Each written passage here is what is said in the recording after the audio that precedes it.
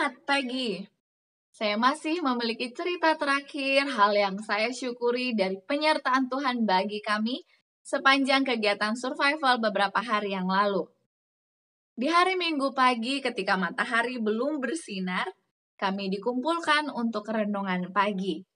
Selesai renungan pagi, Kakak Pembina menyampaikan instruksi bahwa kami harus segera mempersiapkan segala perlengkapan kami, termasuk merapikan tempat tidur kami yang terbuat dari jas hujan ponco. Kami pun segera melakukannya, memasukkan barang demi barang, dan karena hujan masih turun, saya pun tidak memasukkan barang itu sesuai dengan aturan backpacking yang telah diajarkan beberapa waktu yang lalu kepada kami. Bagi saya yang penting barang-barang saya semua sudah masuk di dalam ransel gunung. Lalu kami pun mulai mempersiapkan segalanya, dan ketika kami sudah siap, kami membantu kakak-kakak pembina merapikan perlengkapan panitia. Sudah siap juga semuanya, kami angkat tas kami yang masih berat dengan baju kotor dan yang lainnya, ditambah dengan jas hujan di luarnya, karena hujan masih turun. Kami pun mulai meninggalkan tempat kami bermalam, dan berjalan agak turun dari tempat itu, ternyata di bawah sana sudah ada sungai. Warnanya warna coklat sungainya. Dan ada beberapa kano di sana. Jadi perahu kecil ini atau kano ini ternyata digunakan sebagai alat transportasi dari kakak pembina membawa perlengkapan panitia. Saya pikir kami akan menyeberang sungai menggunakan kano tersebut. Ternyata tebakan saya salah. Kami harus berjalan mengitari sungai itu ternyata. Dan ada lagi turunan, ada lagi tanjakan yang harus kami lalui. Puji Tuhan, Tuhan memampukan kami hingga keluar dari hutan. Lalu beberapa dari kami diminta untuk melepaskan beban kami, tas diturunkan, dan kami bertiga merupakan calon master guide yang akan dilantik pada hari itu. Jadi kami bertiga dikhususkan ke suatu tempat, dan disampaikan oleh kakak pembina bahwa kalian harus bisa menyeberangi sungai ini. Saya lihat ke arah sungai, sudah ada tali yang terbentang dari ujung yang satu ke ujung yang lain. Ternyata kami harus menyeberanginya. Saya pikir dalam hati harus berenang mungkin. Lalu instruksi selanjutnya adalah bawa ke sini ransel gunung kalian beserta dengan jas hujan ponco dan tali pramuka. Lalu saya bersama rekan yang lain membawa ransel kami masing-masing, dan kakak pembina ini membagikan plastik yang cukup besar, yang cukup untuk mengisi semua perlengkapan dari ransel kami. Lalu disampaikan, masukkan plastik ini di dalam ransel kalian dan isi dengan semua barang-barang, ikat kuat, lalu di luar dari tas ini kalian tutup dengan jas hujan ponco, ikat baik-baik dengan tali pramuka. Kami lakukan instruksi dari kakak pembina dan saling membantu satu dengan yang lain agar ikatan kami ini cukup kuat. Sudah selesai, kakak pembina sampaikan, kalian akan membawa tas kalian masing-masing ini menyeberangi sungai. Waduh, nanti kalau masuk air gimana ini tasnya, yang ada nanti kami tenggelam. Kami bertiga bisa berenang, tapi kalau bawa tas beban yang berat ini bagaimana ya?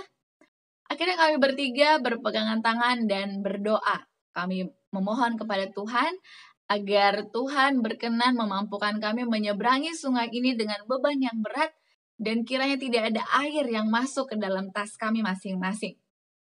Mulailah satu demi satu menyeberang dan saya orang yang terakhir. Ternyata ketika tas ini yang sudah ditutup dengan jas hujan ponco dan diikat kuat, tidak tenggelam ketika sudah ditaruh di atas air. Saya pun kaget karena baru pertama kali saya lihat. Ternyata karena ada volume udara di dalam yang telah diikat dengan plastik itu membuat beban kami ini mengambang. Dan itu kami jadikan pelampung untuk menyeberang. Puji Tuhan kami bertiga pun selesai melaksanakan tugas terakhir dan kami siap untuk ditamatkan. Kami mengikuti upacara penutupan dan kami pun ditamatkan menjadi seorang master guide. Ini merupakan suatu pengalaman yang luar biasa. Saya sangat merasakan penyertaan Tuhan bagi saya pribadi. Inilah hal yang saya syukuri. Saya rindu Anda pun dapat memiliki hal-hal yang Anda syukuri, Mari mulai dari hal yang sederhana, hal-hal yang kecil.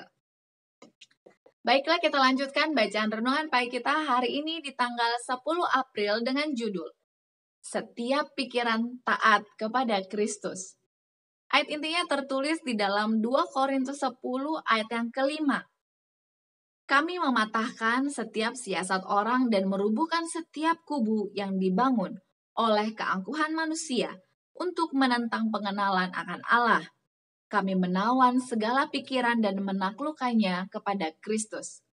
Mari kita dengarkan penjelasannya. Tuhan menyucikan hati seperti kita menyegarkan kamar dengan udara.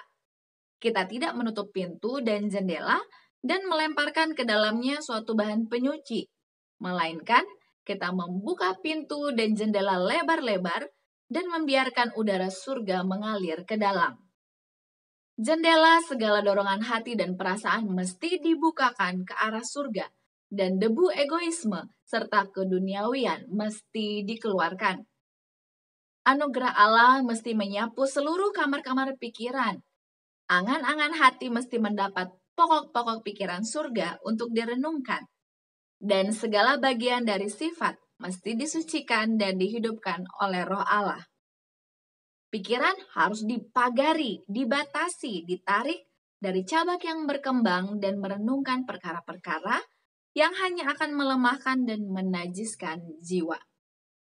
Pikiran mesti suci, segala renungan hati harus bersih. Segala kuasa pikiran yang mulia telah diserahkan kepada kita oleh Tuhan, agar kita boleh menggunakannya dalam memikirkan hal-hal surgawi. Allah telah mengadakan persediaan yang limpah agar jiwa boleh mengadakan kemajuan yang terus-menerus di dalam kehidupan. Kita memberikan waktu dan pikiran kita kepada perkara-perkara duniawi yang sepele dan biasa, dan melalaikan kepentingan-kepentingan besar yang berhubungan dengan hidup yang kekal. Kuasa pikiran yang mulia dikerdilkan dan dilemahkan oleh kurangnya latihan atas topik-topik yang pantas mendapat konsentrasi mereka.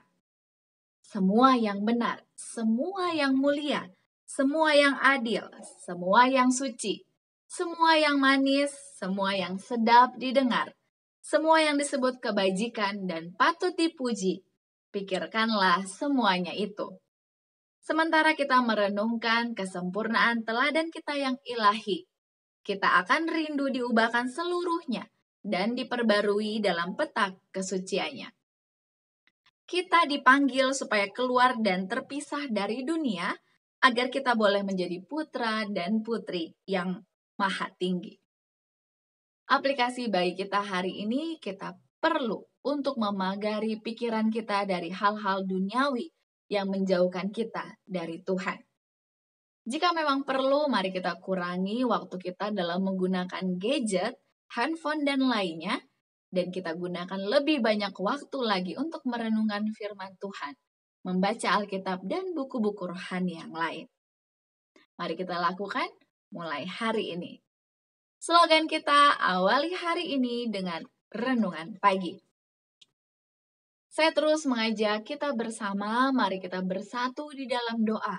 Karena di zaman akhir ini, setan semakin kuat untuk menjatuhkan kita.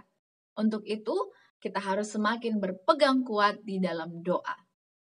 Jika ada di antara Anda yang ingin turut bersama-sama didoakan, mari saya mengajak Anda untuk dapat menuliskan usulan doa Anda di dalam komentar di bawah ini, dan saya akan turut menjadi sahabat doa Anda agar Anda tidak berdoa sendirian.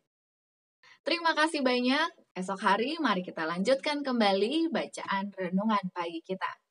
Sampai jumpa, kiranya Tuhan senantiasa memberkati kita bersama. Amin.